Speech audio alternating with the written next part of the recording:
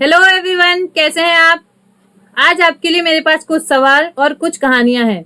सवाल जैसे क्या एक इंसान महज कुछ साथियों के दम पर दुनिया की सबसे बड़ी सल्तनत को चुनौती दे सकता है? क्या मुट्ठी भर लोग हजारों की सेना के सामने खड़े हो सकते हैं? तो हाँ, क्योंकि इतिहास कहता है आज से लगभग 350 साल पहले जब चारों ओर अंधेरा था, तब एक ऐसा सूरज उगा जिसने न सिर्फ भूगोल बदला बल्कि करोड़ों लोगों का भाग्य भी बदल दिया। जी हाँ दोस्तों, आज 19 फरवरी है और आज उस महानायक का जन्मदिन है जिन्हें दुनिया फादर ऑफ इंडियन नेवी और मैनेजमेंट गुरु के नाम से जानती है। लेकिन मेरे और आपके लिए वो सिर्फ एक राजा नहीं बल्कि एक उम्मीद है। वो हमें सिखाते हैं कि अगर इरादे फौलादी हो तो किस्मत को घुटने टेकने ही पड़ते हैं। आज की इस खास वीडियो में सिर्फ तारीखें नहीं जानेंगे, हम जानेंगे महाराज शिवाजी के बारे में, वो अनसुनी कहानियां जो आज के हर स्टूडेंट और हर युवा के लिए सफलता का मंत्र हैं। तो चलिए गर्व के साथ शुरू करते हैं आज का यह सफर। तो दोस्तों, इस महान गाथा की शुरुआत होती है 19 फरवरी 1630 को। पुणे के पास शिवनेरी किले में गूंजी किलकारियों ने यह बता दिया कि भारत के इतिहास में एक नया अध्याय लिखा जाने वाला है। महाराज के पिता शाहजी भोसले बीजापुर सल्तनत के एक शक्तिशाली सेनापति थे, लेकिन बालक शिव के जीवन पर सबसे गहरा प्रभाव उनकी माता राजमाता जीजाबाई का पड़ा।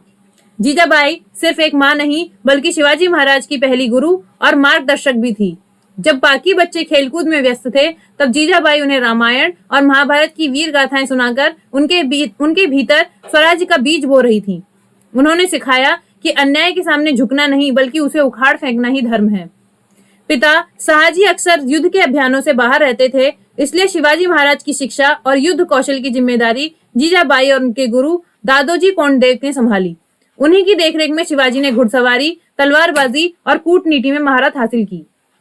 तो दोस्तों, आज के दौर में जब हम अक्सर मैनेजमेंट और स्ट्रेटेजी की बात करते हैं, तो आप जानते हैं कि उस योद्धा ने बिना किसी सेना के, यानी कि सेना की टुकड़ी इतनी छोटी थी और अपनी बुद्धिमानी से दुनिया की सबसे बड़ी ताकतों को घुटनों के बल लाकर खड़ा कर दिया।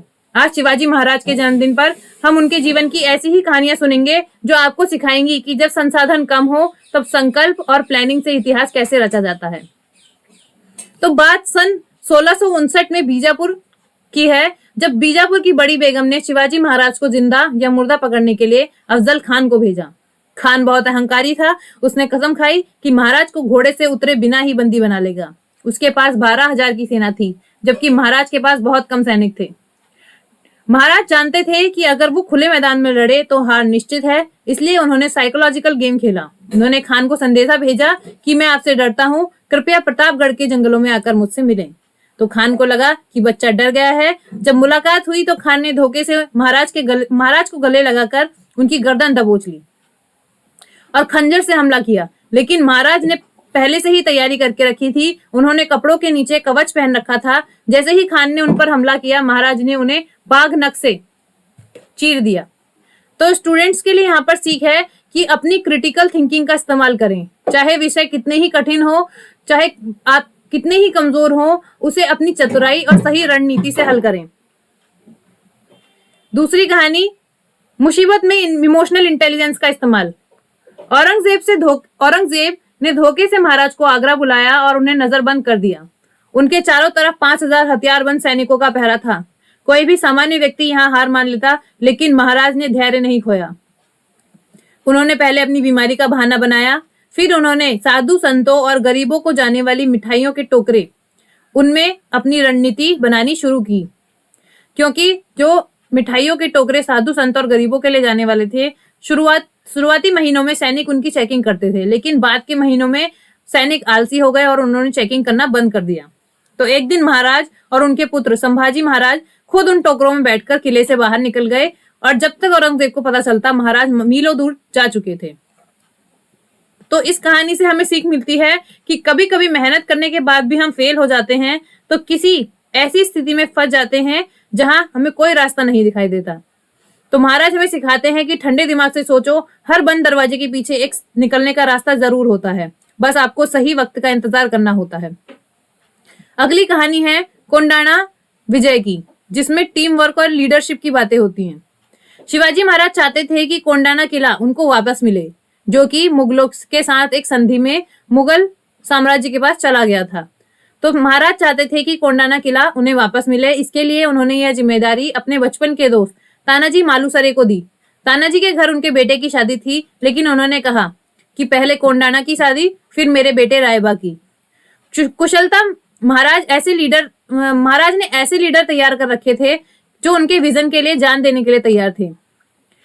तानाजी ने आधी रात को ही खड़ी चट्टान पर चढ़ाई की और उस युद्ध में तानाजी शहीद हो गए, लेकिन मराठाओं ने किला जीत लिया। इस कहानी से हमें सीख मिलती है कि अकेले आप महान बन सकते हैं, लेकिन बड़े लक्ष्य केवल टीम वर्क से ही हासिल किए जा सकते हैं। अपने आसपास ऐसे साथी, ऐसे दोस्त रखें जो आपको आगे बढ़ने के लिए प्रेरित करें, ना कि पीछे खींचे। इसके बाद बात करते हैं महाराज के चरित्र की, महाराज के व्यवहार की। एक बार महाराज के सेनापति ने दुश्मन की एक बहुत सुंदर महिला को बंदी बनाकर महाराज के सामने पेश किया, तो उसे देखकर महाराज ने कहा कि अगर मेरी माँ भी इतनी ही सुंदर होती तो मैं भी इतना सुंदर होता। उन्होंने उसे माँ कहकर पुकारा और पूरे सम्मान के साथ उन्हें विदा किया। यही कारण था कि उनके सैनिक उनके लिए जान देने के लिए तैयार रहते थे। वो सिर्फ डर से नहीं, सम्मान से राज करते थे। दोस्तों, शिवाजी महाराज आज हमारे बीच नहीं हैं, लेकिन उनके विचार अमर हैं। उन्होंने सिखाया कि किस्मत हाथ की लकीरों में नहीं, माथे के पसीने में होती है। तो स्टूडेंट्स, अगर आप भी अपनी जिंदगी के शिवाजी बनना चाहते हैं, अगर आप भी अपनी जिंदगी में स्वराज हासिल करना चाहते हैं, तो आलस छोड़िए, बहाने बनाना बंद कीजिए और महाराज की तरह अपनी लड़ाई खुद लड़िए।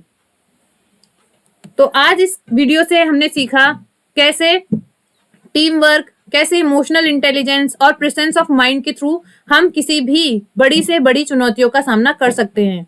तो अगर आप भी अपने जीवन में सफल होना चाहते हैं, तो शिवाजी महाराज की सिखाई हुई इन शिक्षाओं को अपने जीवन में उतारिए और अपने जीवन में उन्हीं की तरह सफल और महान बनिए। तो आज की इस वीडियो को हम यहीं खत्म करते हैं। बहुत बहुत धन्यवाद आपका।